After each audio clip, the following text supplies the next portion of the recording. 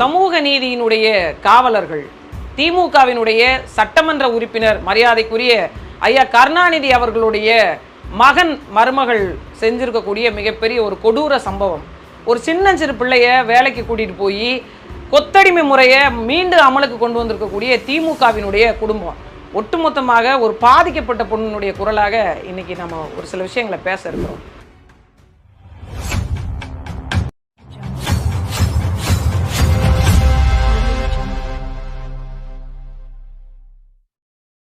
உலகமெல்லாம் பரவி வாழக்கூடிய அனைத்து தமிழ் நெஞ்சங்களுக்கும் அன்பு வணக்கம். மரியாதைக்குரிய பல்லாவரம் சட்டமன்ற தொகுதியினுடைய சட்டமன்ற உறுப்பினர் கருணாநிதி, பேரே நம்ம குறிப்பாக எடுத்து வச்சுக்க வேண்டிய ஒரு பேர். அவருடைய மகன் வீட்டில் ஒரு பெரிய ஒரு துயர சம்பவம் நடந்திருக்கு. வேலைக்கு போன ஒரு பிள்ளைய, அதுவும் ஒரு 17-18 வயது உள்ள ஒரு பிள்ளைய மிக கொடூரமான முறையில் சித்திரவதைகளுக்கு உள்ளாக்கப்பட்டிருந்த காணொலியும், அது இல்லாமல் அந்த பிள்ளை தனக்கு நேர்ந்த கொடுமைகளை வெளியில் வந்து சொன்ன அந்த விஷயங்களையும் நம்ம பார்க்கும்போது பார்த்தீங்கன்னா உண்மையிலே நெஞ்சம் பதறுது. ஒரு மனுஷனால், ஒரு பெண்ணால், இல்லை ஒரு அந்த வீட்டில் இருக்கக்கூடிய ஒரு பணியால் இவ்வளோ கொடூரமான ஒரு மனநிலையில் வச்சு சித்திரவதை செய்ய முடியுமா அப்படின்னு உண்மையிலே அதிர்ச்சி தான் தோணுது. என்ன மாதிரியான ஒரு சூழலில் இது நடந்திருக்கு? 1976 கொத்தடிமை முறையை ஒழிப்பதற்காக இந்த மாதிரி காசை கொடுத்து வேலை செஞ்சுட்டு இருக்கவங்கள அதிலிருந்து மீட்டு உருவாக்கம் செஞ்சு கொண்டு வரணும் அப்படிங்கிறதுக்காக ஒரு சட்டத்தை ஏற்றுனாங்க. பிறகு 1985 இந்த சட்டத்தில் ஒரு பெரிய திருத்தங்களையும் கொண்டு வந்து அதை முறையாக அமல்படுத்தணும் அப்படின்னு சொன்னாங்க. இன்று வரைக்கும் தமிழ்நாட்டில் பல இடங்களில் இந்த கொத்தடிமை முறை அங்கொன்றும் இங்கொன்றுமாக இருந்து கொண்டே தான் இருக்குது. அதிலிருந்து ஒவ்வொரு பகுதியாக நிறைய பார்த்துருக்கலாம். தனியார் தொண்டு நிறுவனங்கள் கூட ஒரு சில பகுதிகளில் கொத்தடிமை முறையாக இருக்கிறவங்கள மீட்டு கொண்டு வந்ததை இந்த காலம் வரைக்கும் நாம் பார்த்து கொண்டே தான் இருந்தோம். இன்னும் திருவாரூர் மாவட்டங்களில், இன்னும் ஒரு சில மாவட்டங்களில் பார்த்தீங்க அப்படின்னா இந்த செங்கல் சூளையில் வேலை பார்க்குறவங்க, ஆடு மாடு பட்டிகள் வச்சு வேலை பார்க்குறவங்க, இவங்கெல்லாம் ஒரு முன்பண தொகையை கொடுத்துருவாங்க. ஒரு 50,000 ரூபாய் அல்லது ஒரு 20,000 ரூபான்னு ஒரு குழந்தைக்கோ அல்லது ஒரு பெண்களுக்கோ அவங்களுக்கு காசை முன்பணமாக கொடுத்துட்டு ஒரு 2 வருஷ காலம் அல்லது 3 வருட காலம் எங்கள்கிட்ட நீங்கள் நிச்சயமாக வேலை செய்யணும்னு ஒரு ஒப்பந்தம் போடுவாங்க. அது ஒரு காலகட்டத்தில் திருப்பூர் போன்ற பனியன் கம்பெனிகள்லாம் அந்த பெண்களுக்கான கல்யாண முறை அப்படிங்கிற வாயிலாக அதனுடைய மீட்டு உருவாக்கமாக இந்த வேலையை இன்னும் கொஞ்சம் தொடர்ந்து செய்து கொண்டிருந்தது. அது ஒரு காலகட்டத்தில் மக்கள் உணர ஆரம்பித்தாங்க, நம்ம காசை முன்பணமாக வாங்கிட்டு வேலை செய்கிறதுனால அவங்க எத்தனை மணி நேரம் வேலை கொடுத்தாலும் செய்ய வேண்டியதாக இருக்குது, சரியான உணவு கிடையாது, சரியான ஓய்வு கிடையாது, சரியான மருத்துவம் கிடையாது அப்படின்னு பல்வேறு புலம்பல்கள் ஏற்பட்ட பிறகு நிறைய முன்னெடுப்புகள் சமவெளி மக்களாலையும் தன்னார்வலர்களாலையும் முன்னெடுக்கப்பட்டு அப்படி யாராவது கொத்தடிமையாக இருந்தால் அவங்கள மீட்டு உருவாக்கம் பண்ணி கொண்டு வந்துகிட்டு இருந்தாங்க. இந்த வீட்டு வேலை செய்யக்கூடிய தொழிலாளர்கள்லாம் அங்கீகரிக்கப்படாத தொழிலாளர்களாக, அதாவது தொழிலாளர்கள் அப்படின்ற ஒரு கோட்டுக்குள்ள இவங்க ஒரு வரையறை வச்சிருக்காங்க, இவங்கெல்லாம் கட்டுமான தொழில் செய்கிறவங்க அப்படின்னு. இது இல்லாமல் அமைப்பு சாரா தொழிலாளர்கள் அப்படின்னு இந்த வீட்டு வேலை செய்யக்கூடியவர்களை இந்த தொழிலாளர் நல அமைச்சகத்திலையும் வச்சிருக்காங்க, நல வாரியத்திலையும் வச்சிருக்காங்க.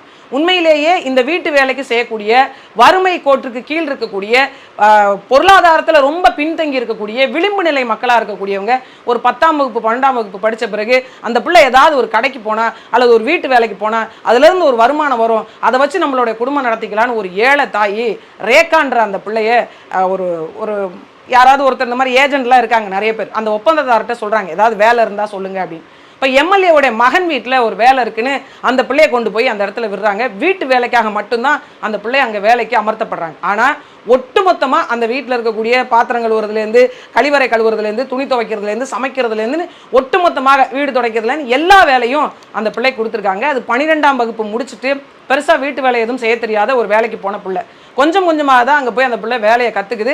அதுவும் என்னால் செய்ய முடிகிற வேலையை நான் முழுசாக செஞ்சிடுறேன், என்னால் அதுக்கு அதிகமான 8 மணி நேரம் வேலைம்பாங்க, 10 மணி நேரம் வேலை கூட செய்யலாம், நான் இரவு படுக்கிறதே 1 மணி 2 மணிக்கு தான் சொல்லுது. அந்த அளவிற்கான ஒரு வேலையை தொடர்ந்து கொடுத்துட்டு இருந்து காலையில் 6 மணிக்கு எந்திரிக்கல அப்படின்னு அடித்து சித்திரவதை பண்ணியிருக்காங்க. முதல்ல 1 அடி 2 அடின்னு கன்னத்தில் அடிக்க ஆரம்பித்து கழுத்தில் கத்தி எடுத்து கீறுகின்ற அளவிற்கு இவங்களுடைய உச்சபட்ச கொடூரம் போயிருச்சு. அதுலேயும் குறிப்பாக அந்த பிள்ளை சொல்லும்போது ரொம்ப வலியாக இருக்குது. ஒரு சின்ன ஒரு பால் காய்ச்சறோம், ஒரு நெருப்பு பட்டுருச்சு அப்படின்னா நம்ம துடிக்கிறோம். அந்த கையில் வந்து ஒரு 4 நாளைக்கு 5 நாளைக்கு அந்த கையினுடைய எரிச்சல் இருந்து கொண்டே இருக்கும். ஆனால் இந்த ஹேர் ஸ்ட்ரைட்னிங் பண்ணுறோம் இல்லையா, அது பயங்கர சூடாக இருக்கும். நீங்கள் வயரை சொருவி சுவிட்சை போட்டோன்னா பயங்கர சூடாக இருக்கும். அதை எடுத்து தொடர்ந்து அந்த பிள்ளைகளுடைய கையில், கழுத்தில், இடுப்புலன்னு தொடர்ந்து அந்த அம்மா சூடு வச்சுருக்காங்க. இல்லை அவங்க வெளியே போகிறது நிறுத்திட்டாங்க, போகலை, எனக்கு டைமுக்கு நீ வரல, என் கூட எனக்கு ஹெல்ப்புக்கு என்னால் வர முடியாது, ஏன்னா வீட்டு வேலை முடிக்கலன்றனால நான் ஒரு நாள் ஃபுல்லாக ஒரு குழம்பு கண்ணி வச்சு காலையில் ஆரம்பித்தாங்க, நைட்டு 11 மணி வரைக்குமே. அதால் என்ன அடித்தாங்க. என் தலையில வாயில இருந்து பிளட் வருது. என்னை விட்டுருங்க, நான் கெஞ்சுறேன், என்னை விட்டுருங்க, நான் வீட்டுக்கு போறேன், என்னை விட்டுருங்கக்கா, என்னால முடியலன்னா உங்க காலை பிடிச்சி கெஞ்சுறேன். அப்படியும் விடல. போய் மூஞ்சி கழுவிடுவான்னு சொல்லி என்ன அடிக்கிறாங்க. என்னோட ஜஸ்டில் ஒருத்தர் அடிச்சிருக்காங்க. என்னால சொல்ல முடியல. நைஃப் வச்சு என் கழுத்து கீறி எல்லாம் பண்ணிருக்காங்க. நியூஸ் பேப்பர்ல வேலை பத்த வச்சு என் வாய்க்கிட்ட எரிச்சு ஃபுல்லா. இதுக்கு கூட ட்ரீட்மெண்ட்டுக்கு எங்கேயுமே கூட்டு போக மாட்டாங்க. ஒரு டேப்லெட் கொடுக்கறது எதுவுமே கொடுக்க மாட்டாங்க. நானாவே சரி பண்ணிக்கணும். இவ்வளவு அடிக்கிறாங்க, என்னால வேலை செய்ய முடியல அப்படின்னு சொன்னாலுமே ஏன் வேலை செய்யலன்னு மறுபடியும் அடிச்சு அடுத்துலயே திரும்பவும் அடிக்கிறாங்க. என்னால ரொம்ப முடியல. ஒரு நாள் ஃபுல்லாவே விடாம துரத்தி அடிச்சா கூட பரவாயில்ல, நீ அடிச்சுக்கிட்டே நீ வேலை செய்யணும்னு என்ன வேலை செய்ய வச்சாங்க. அப்பயும் வேலை செஞ்சுட்டு தான் இருந்தேன். என் ஃபேஸே மாறிடுச்சு. என் தலைமுடிலாம் வெட்டி என்னால முடியல. என்ன பண்றதுன்னே என்னால ஒரு சாக போற நிலைமையில இருந்தேன் நான். அப்பயுமே நான் ஹாஸ்பிட்டலுக்கு கூட்டு போல. சரி பண்ணுன்னு வீட்டுல இருந்து ஐஸ் கட்டி எடுத்து கொடுக்குறாங்க. தலையில வச்சு சரி பண்ணு, வீங்க இருக்க இடத்துல வை, சரி பண்ணுன்னு இவ்வளவு கொடுமைப்படுத்திட்டு திரும்பவும் நீ இதெல்லாம் சொன்னா வெளியே சொன்னா உன்னை காப்பாத்துறதுக்கு யாரு இருக்கா? நீயே இல்லாத நாய். நான் பெரிய எம்எல்ஏ வீட்டுல இருக்கிறேன். எம்எல்ஏ மருமவன் நான் ஒரு வார்த்தை சொன்னா உங்க வீடே இல்லாம பண்ணிடுவாங்கன்னு சொல்லி சூடு வச்சதோட மட்டும் இல்லை, அடிக்கிறது. அதுலேயும் ஒரு கொடூர சித்திரவதை பாருங்க. மிளகாத்தூளை தண்ணியில் கரைச்சி அந்த பிள்ளை துணி மடித்து வச்சதுல சரியாக அடுக்கி வைக்கலையாம். அதுக்கு தண்டனை பாருங்க. மிளகாத்தூளை தண்ணியில் கரைச்சி அதை குடிக்க சொல்லியிருக்காங்க. அது எரிச்சல் தாங்க முடியாமல் கிடந்து தரையில் கடந்து உருண்டு கொண்டு இருக்கும்போது தண்ணிக்கு கேட்டு அந்த பிள்ளை அலறி துடிச்சிருக்கு. தண்ணி கொடுக்காம அந்த பிள்ளை துடிப்பை வேடிக்கை பார்த்து கொண்டிருந்த ஒரு அரக்க குணம் இந்த சமூக நீதியினுடைய காவலர்கள் வீட்டிலே நடந்திருக்கு. ஒட்டுமொத்தமாக இந்த கொத்தடிமை முறைக்கு இந்த மாதிரியான சித்திரவதைக்கு என்ன காரணம்னா இந்த ஆண்டான் அடிமை முறை தான். நான் பெரிய ஆளு, நான் எம்எல்ஏ வீட்டு குடும்பம், நான் எம்எல்ஏவோட மருமக, நான் என்ன வேணாலும் பண்ணலாம், யாரும் கேட்பதற்கு நாதி இல்லைங்க, ஏழை எளிய மக்கள் இப்படித்தான் இருக்கணும் அப்படின்னு ஒரு பெரிய வர்க்க பாகுபாடை காட்டினதோடு மட்டும் இல்லாமல் ஒரு அரக்க குணத்தை அந்த பொண்ணு வெளிப்படுத்தியிருக்காங்க. இது வெளியில் சொல்லக்கூடாது. 7 மாத காலம் அந்த பிள்ளை வேலை செஞ்சுருக்கு. எதுக்கெடுத்தாலும் சம்பளம் தானே வாங்குற, எதுக்கு உட்காந்துருக்க, நீ என்ன என் வீட்டுக்கு வந்த விருந்தாளியா, உட்காந்தே இருக்கக்கூடாது, நீ நின்றுட்டே தான் இருக்கணும் அப்படின்னு அந்த வேலை செய்யக்கூடிய அந்த முழுத்த நேரமும் அந்த பிள்ளையை நிற்க வைத்தே வேலை செஞ்சுருக்காங்க. படாத சித்திரவதையிலே பட்டு உடம்புல இருக்கிற உடைகளெல்லாம் கழட்டிட்டு தெருவில் வேணா நீ இப்போ போகிறதா இருந்தால் வெளியில் போ, எப்படியாவது தப்பிச்சு தன் உயிரை காப்பாற்றி கொள்ள அந்த பிள்ளை போராடி தன் பெற்ற தாயிட்ட கூட இந்த விஷயங்கள் எல்லாம் சொல்லக்கூடாதுன்னு சொன்னால் உங்கள் அம்மாவை கொன்னுடுவேன், உங்கள் தம்பியை கொண்டுடுவேன் அப்படின்னு ஒரு பெரிய மிரட்டல் துணியில் நீ வெளியிலே போய் சொன்னாலும் நான் எம்எல்ஏ வீட்டு பொண்ணு, இது எம்எல்ஏ மகன் வீடு, ஒரு பேரும் இங்கே கேட்க மாட்டான்ற அந்த மிகப்பெரிய ஒரு அதிகார திமிரை கையில் வச்சுக்கிட்டு அந்த பொண்ணு மிகப்பெரிய ஒரு கொடூர சித்திரவதைகளை அந்த குழந்தைக்கு கொடுத்துருக்காங்க. இது ஒட்டுமொத்தமான பார்வை என்னவா இருக்குது அப்படின்னா, நிறைய பணக்காரர்களாக இருக்கட்டும், இந்த மாதிரி அடக்குமுறை வர்க்கத்தை கையில் எடுத்துருக்கக்கூடியவர்களாக இருக்கட்டும், நிறைய பேருக்கு இந்த மாதிரியான ஒரு சைக்கோ மனநிலை இருந்துக்கிட்டே இருக்கு. ஒருத்தரை கஷ்டப்படுத்தி வேடிக்கை பார்க்கறது, அவங்களை சித்திரவதை பார்த்து அந்த வலியை பார்த்து ரசிக்கிறது, இது போன்ற மனநிலை அதிகார திமிருடைய உச்சம். இந்த திமிர் உங்களுக்கு எங்கிருந்து வந்தது? நீங்கள் தான் சமூக நீதியினுடைய பாதுகாவலர் அப்படின்னு பேசுகிறீங்க. ஒட்டுமொத்தமாக சமத்துவ மனநிலையை நாங்கள் தான் உருவாக்கணும்னு பேசுகிறீங்க. இது வரைக்கும் ஒரு காலத்தில் ஆரிய காலத்தில் இருந்தது, இவங்கெல்லாம் தொடக்கூடாது, இந்த பகுதிக்கு வரக்கூடாது, தெருப்பக்கம் வரக்கூடாது, நான் தொட்டு காசு கொடுக்கக்கூடாது அப்படின்னு ஒரு ஆரிய காலத்தில் இருந்தது. திரும்ப வெள்ளக்காரன் அதே போன்று கருப்புரின மக்களை நாம் அடிமைப்படுத்தணும்னு நம்மளை படிக்கட்டு போல குனியை வச்சு நமக்கு மேலே ஏறி தான் இறங்கி போனால் இன்றைய வரைக்கும் சுதந்திரம் அடைந்து 75 ஆண்டுகளுக்கு மேலாகியும் இதே நிலைமை தான் தமிழ்நாட்டில் நிலவுது. ஆதி தமிழ்குடி மக்களுக்கு ஒரு தனி குடிநீர் தொட்டி, மேம்பட்ட மக்களுக்கு ஒரு தனி குடிநீர் தொட்டி, இந்த வழியாக நடக்காத இன்னும் இரட்டை கோலை முறைகள் இருக்கக்கூடிய பகுதிகளும் இருக்கு. ஒரு டீ கடைக்கு போனீங்க அப்படின்னா ஆட்களை பார்ப்பாங்க, ஆதி தமிழ்குடியா அவங்களுக்கு வேற கிளாஸ், இவங்களுக்கு வேற கிளாஸ்ன்னு கொடுக்கக்கூடிய முறை இன்னும் இருக்கு. இன்னும் பல இடங்கள்ல யாரெல்லாம் முதலாளிகளாக இருக்கக்கூடியவர்கள், பெரும் நிலக்கிழார்களாக இருக்கக்கூடியவர்கள் இருக்கிறாங்களோ அவங்க வீட்டில் இன்னும் கொத்தடிமைகளாக வேலை செய்யக்கூடியவர்கள் நிறைய பேர் இருக்காங்க.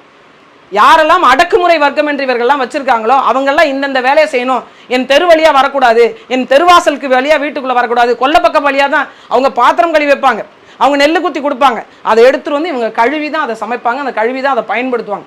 இது போன்ற முறைகளை திமுக சமூக நீதி இயக்கமாக தொடங்கப்பட்ட காலத்திலிருந்தும் இன்று வரைக்கும் 150 பெரியார்களையும் நீங்களையும் கணக்கு காமிக்கிறீங்க. பெரியார், அண்ணா, கருணாநிதி, ஐயா அவர் மகன் ஸ்டாலின், அவர் மகன் உதயநிதி ஸ்டாலின், இத்தனை பேர் வந்த போதும் இங்க இருக்கக்கூடிய இந்த சாதிய பாகுபாடு, இந்த அடக்குமுறைகள், வர்க்க பாகுபாடு, இது எது ஒன்றையும் ஒழித்ததா தெரியல.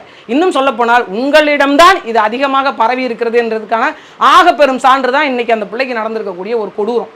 ஒட்டுமொத்தமாக தமிழக அரசு இதை கையில் எடுக்கணும். குறிப்பாக மரியாதைக்குரிய முதலமைச்சர், சமூக நீதியினுடைய காவலன் என்று தன்னை பறைசாற்றிக் கொள்ளக்கூடியவர்கள் உங்களுடைய சட்டமன்ற உறுப்பினர் வீட்டிலேயே, அதுவும் உங்கள் அப்பா பெயரை கொண்டவர் வீட்டிலேயே இப்படி ஒரு அநீதி நடந்திருக்குன்னா உடனடியாக முன் வந்து அவங்க மீது வழக்கு போட்டிருக்கீங்க. வழக்கு வந்து எந்த இடத்துல நிற்கும், என்ன வழக்கு போட்டிருக்கீங்க, அது எவ்வளோ தூரம் வந்து பேசப்படும் அப்படின்றது எல்லாருக்கும் தெரியும்.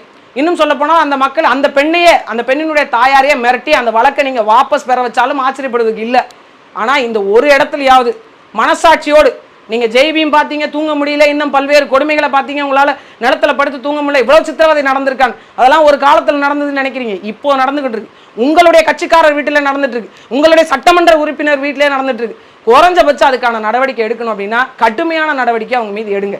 இது ஒட்டுமொத்தமாக யாரெல்லாம் இந்த வர்க்க பேதம் காட்டி ஏழை எளிய மக்களை எல்லாம் அடிமை போல் தான் வச்சிருக்கணும் அப்படின்னு எண்ணம் வச்சிருக்காங்களோ அவங்களுக்கெல்லாம் பெரிய சவுக்கடியாக உங்களுடைய இந்த நடவடிக்கை இருக்கணும் அப்படின்றத ஒட்டுமொத்த தமிழ் மக்கள் வாயிலாகவும் பாதிக்கப்பட்ட அந்த பிள்ளையின் வாயிலாகவும் நான் கேட்டுக்கிறேன். எவ்வளவு கொடூர சித்திரவதைகளை அந்த பிள்ளை அனுபவிச்சிருக்குன்னு ஒரே ஒரு முறை அந்த பிள்ளையுடைய வாக்குமூலத்தை கேட்டு பாருங்க. அது முகத்தை பார்க்கவே முடியலைங்க, விகாரமா இருக்கு. எந்தெந்த இடத்துலலாம் சூடு வைக்க முடியுமோ எல்லா இடத்துலையும் சூடு வச்சிருக்காங்க. இன்னும் சொல்ல போனால் அவங்களுடைய பிரைவேட் பார்ட்ஸ் அது யாரும் தொட அனுமதிக்க முடியாத இடத்துல கூட அந்த வீட்டினுடைய பெண் தொட்டு அடித்து சித்திரவதை பண்ணி கத்தியால் கீறி மிக கொடூரமான சித்திரவதைகளை கொடுத்துருக்காங்க. இது போன்ற விஷயங்கள் தொடர்ந்து கொண்டே இருந்ததுன்னா அதிகாரம் யார் கையில் இருக்கோ அவங்களெல்லாம் அடக்குமுறை செய்வாங்க. யாரெல்லாம் ஏழை எளிய மக்களாக இருக்காங்களோ அவங்களாம் அடங்கித்தான் போவாங்க. மிகப்பெரிய ஒரு சாதிய பாகுபாட்டை திரும்ப திமுக திணிப்பதாக தான் பார்க்க முடியும். அதனால தமிழக அரசு விரைந்து அவர்கள் மீது கடுமையான நடவடிக்கை எடுக்கணும். இது மாதிரியான விஷயங்களை யார் செஞ்சாலும் அவங்களுக்கான தண்டனை உறுதியாக இருக்கும் அப்படிங்கிறத தமிழக அரசு உறுதி செய்யணும். இது போன்ற விஷயங்களை நாங்கள் வன்மையாக கண்டிக்கிறோம். நாம் தமிழர் கட்சி சார்பாகவும் எங்கள் அண்ணன் செந்தமிழன் சீமான் சார்பாகவும் ஒரு பெரிய அறிக்கையும் கொடுத்துருக்குறாங்க. வன்மையான கண்டனத்தை தெரிவிப்பதோடு திமுக உண்மையிலேயே சமூக நீதி இயக்கம் என்றால் இதற்கு சரியான பாடத்தை கொடுக்கணும். அப்போ தான் மக்கள் உங்களை உண்மையிலே நம்புவாங்க. நன்றி.